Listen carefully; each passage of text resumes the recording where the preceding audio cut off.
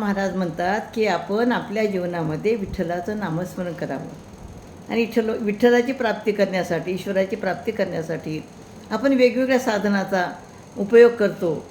तर त्याबद्दल ते काय म्हणतात बघूया. साधनाच्या कोटी केल्या आटी होत्या त्या, देवकृपा करी जरी होय उजरी स्वरूपी केले होती व्रथाश्रम, चित्ता उपरम न होता तुका मने कळो आले सर्व झाले अपुरूप. तर कोट्यावधी साधने आपण जर केली तर ती व्यर्थच ठरत असतात.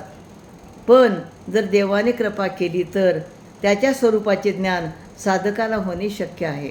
म्हणजे आपण अनेक साधने, जप, तप, ध्यान, भजन, कीर्तन जे करतो, ही जी साधने करतो, तर ही साधने करून जर देवाने आपल्यावर कृपा केली तरच त्या साधनाचा उपयोग होतो आणि त्याच्या स्वरूपाचे ज्ञान खऱ्या साधकाला होणे शक्य आहे.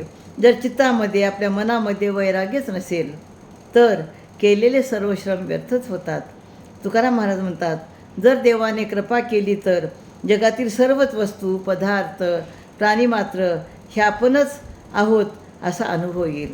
नुसती साधनाची कवायत उपयोगी नाही. म्हणजे तुम्ही देवाचं नामस्मरण करा आणि देवाचं नामस्मरण करून तुमच्यावर जर विठ्ठलाने कृपा केली तरच तुमच्या त्या साधनाला म्हणजे उपयोग आहे, साधनाचा उपयोग आहे.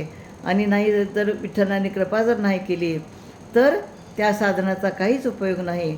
आणि म्हणून जेव्हा विठ्ठल आपल्यावरती कृपा करतो तेव्हा खऱ्या स्वरूपाचे ज्ञान त्या साधकाला प्राप्त होत असते.